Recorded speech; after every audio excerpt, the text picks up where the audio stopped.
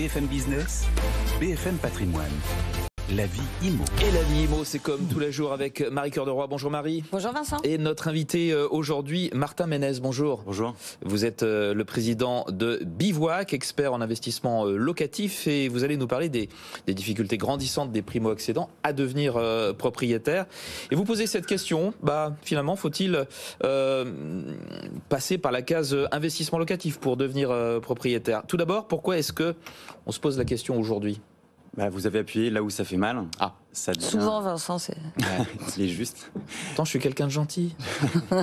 Non, mais la réalité, c'est ça, c'est que ça devient un véritable parcours du combattant d'emprunter pour acheter sa résidence principale, notamment. La faute à quoi? La faute à une tendance qui, malheureusement, semble bien ancrée et semble pas aller dans la bonne direction. On a connu en 2021... avec le HCSF, le resserrement des conditions d'octroi de crédit. Plus récemment, c'est l'augmentation des taux d'emprunt qui ont pour contrainte de vraiment diminuer cette capacité d'emprunt des ménages. Et les premiers touchés, c'est les primo-accédants et notamment aussi ces jeunes actifs qui aujourd'hui ont de plus en plus de mal à emprunter pour acquérir notamment leur résidence principale.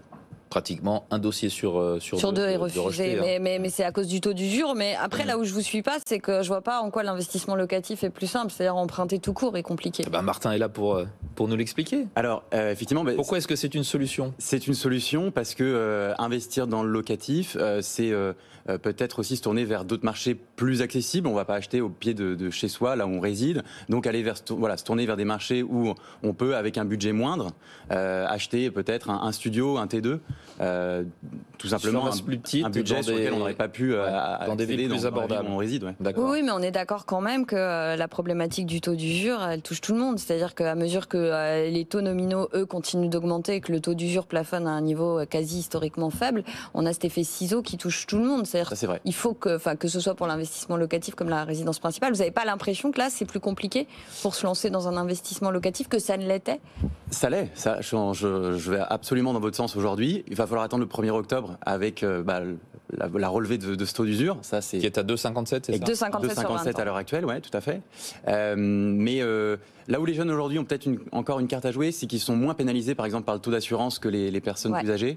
Donc, nous, on le constate en tout cas. Chez Bivouac, on accompagne des centaines d'investisseurs chaque année dans plus d'une dizaine de villes en France. On a 65% de nos clients qui sont pas propriétaires de leur résidence principale, donc qui réalisent un investissement locatif avant d'acheter leur propre chez soi. Et ils sont jeunes. En moyenne, ils ont 32 ans. Et aujourd'hui, on voit qu'ils sont un peu moins impactés que les ménages plus âgés. Est-ce qu'avant tout ce qui se passe actuellement, est-ce que les banquiers prêtaient plus facilement à des acquéreurs de logements pour des raisons d'investissement que pour leur propre usage, ou il n'y avait pas de différence? Non, ça a toujours été plus facile d'emprunter pour sa résidence principale, parce que là, dernièrement, les banques ont vraiment resserré la vis. On n'a plus ces méthodes de calcul de taux différentiels qui permettaient par le passé d'emprunter pour réaliser un projet immobilier locatif beaucoup plus simplement qu'à l'heure actuelle. Il y avait notamment cette question de la prise en compte des loyers que vous alliez percevoir. Exactement. Certaines banques prenaient 100%, 90% des loyers que votre futur investissement allait générer. Aujourd'hui, ce qu'on constate, c'est que ces pourcentages ont bien baissé. C'est quoi, 70%? 70%, 60%, et encore, ça dépend des réseaux d'agences et des politiques bancaires. Donc concrètement, ça, pour expliquer à nos auditeurs, ça veut dire qu'on augmente l'endettement des ménages et donc de fait, parfois, ça ne passe plus compte tenu des règles du Haut Conseil de stabilité financière. Ça passe plus, ou alors il faut se tourner vers des budgets plus petits. Et là encore, il faut être malin parce que dans le contexte qu'on connaît, il y a beaucoup de marchés en France qui ont considérablement augmenté. Alors, quelles sont les règles pour réaliser un investissement locatif aujourd'hui? Les règles, en ce moment. Les règles, elles ont pas tant changé, si ce n'est effectivement cette question du financement, qui pour le coup, on vient d'en parler, c'est beaucoup plus compliqué qu'avant. Mais on reste sur les étapes qu'on connaît. La première chose, c'est de se poser la question, une fois qu'on a fait vraiment mis au clair son budget, quelle stratégie d'investissement on veut réaliser.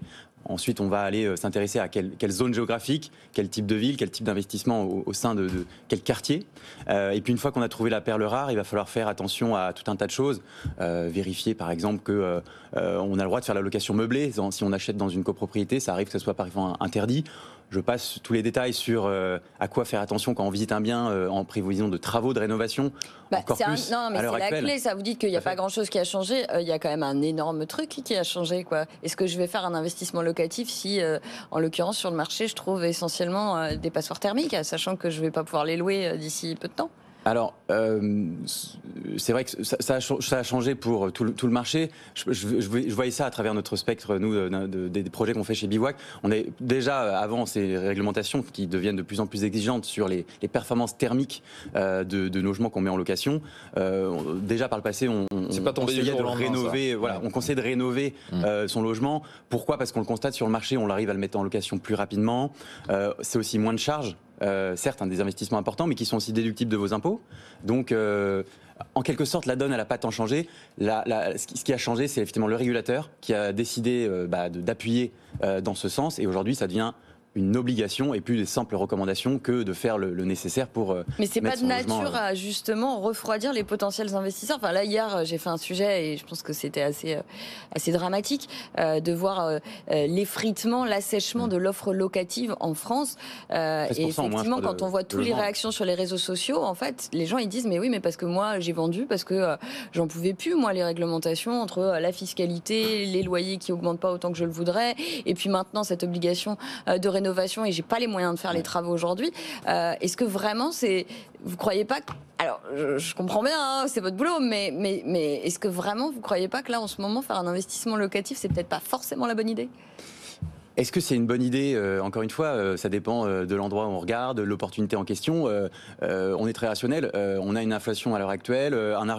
Votre argent qui dort en banque, ce serait une meilleure idée de le faire travailler à X%, à 8% de rendement brut. Non mais vous prêchez convaincu. Moi je pense qu'il le faut. Je suis locataire, donc moi il faut renchérir l'offre locative. On est bien d'accord. Mais le problème c'est comment convaincre les propriétaires. Mais je vous le conçois, je le concède également, et toutes nos dernières publications après vont dans ce sens. Ça devient de plus en plus compliqué.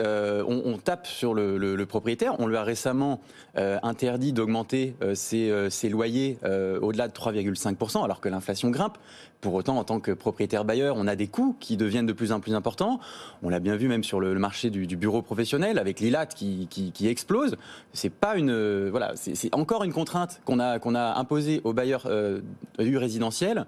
La fiscalité étant déjà celle qu'elle est en France, c'est beaucoup de bâtons qu'on a dans les roues à l'heure actuelle. Pour autant, je pense qu'il y a des opportunités à saisir.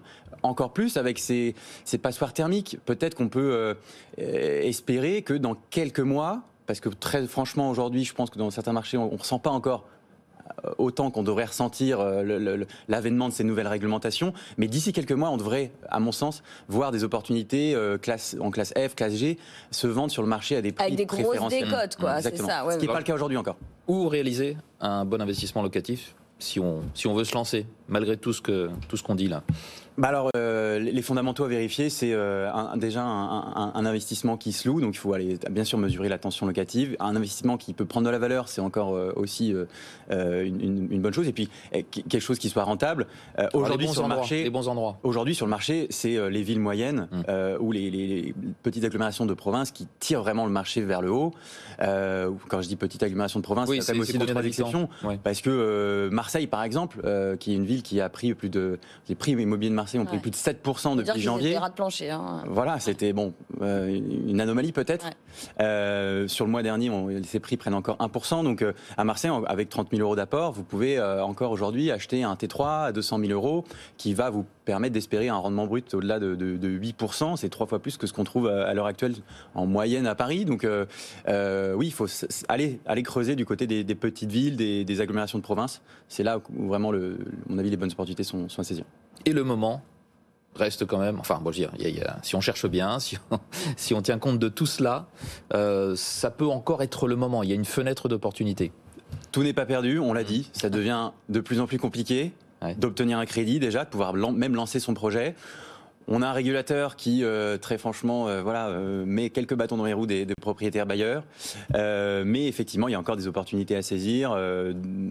Au Havre, avec 15 000 euros d'apport, vous avez, pareil, une opportunité à près de 7,5% pour un budget total de 110 000 euros. Le meilleur rendement, là, à l'heure actuelle, c'est... citer Marseille. On ne va pas regarder que le rendement parce il faut surtout pas. Plus le rendement est élevé, plus le risque locatif exactement. est C'est un ratio entre pas non plus acheter quelque chose qu'on ne pourra pas louer. Oui. Ouais. Tout à fait. Mais oui, et il ne faut pas oublier surtout, avec le contexte macroéconomique que nous connaissons tous, que l'immobilier fait office de valeur refuge. Donc non, au vu de toutes ces informations-là, je pense que c'est quand même pas une mauvaise chose d'investir dans l'immobilier. Eh bien, écoutez, merci beaucoup Martin Ménès pour cet éclairage sur l'immobilier locatif dans le contexte actuel. Président de Bivouac.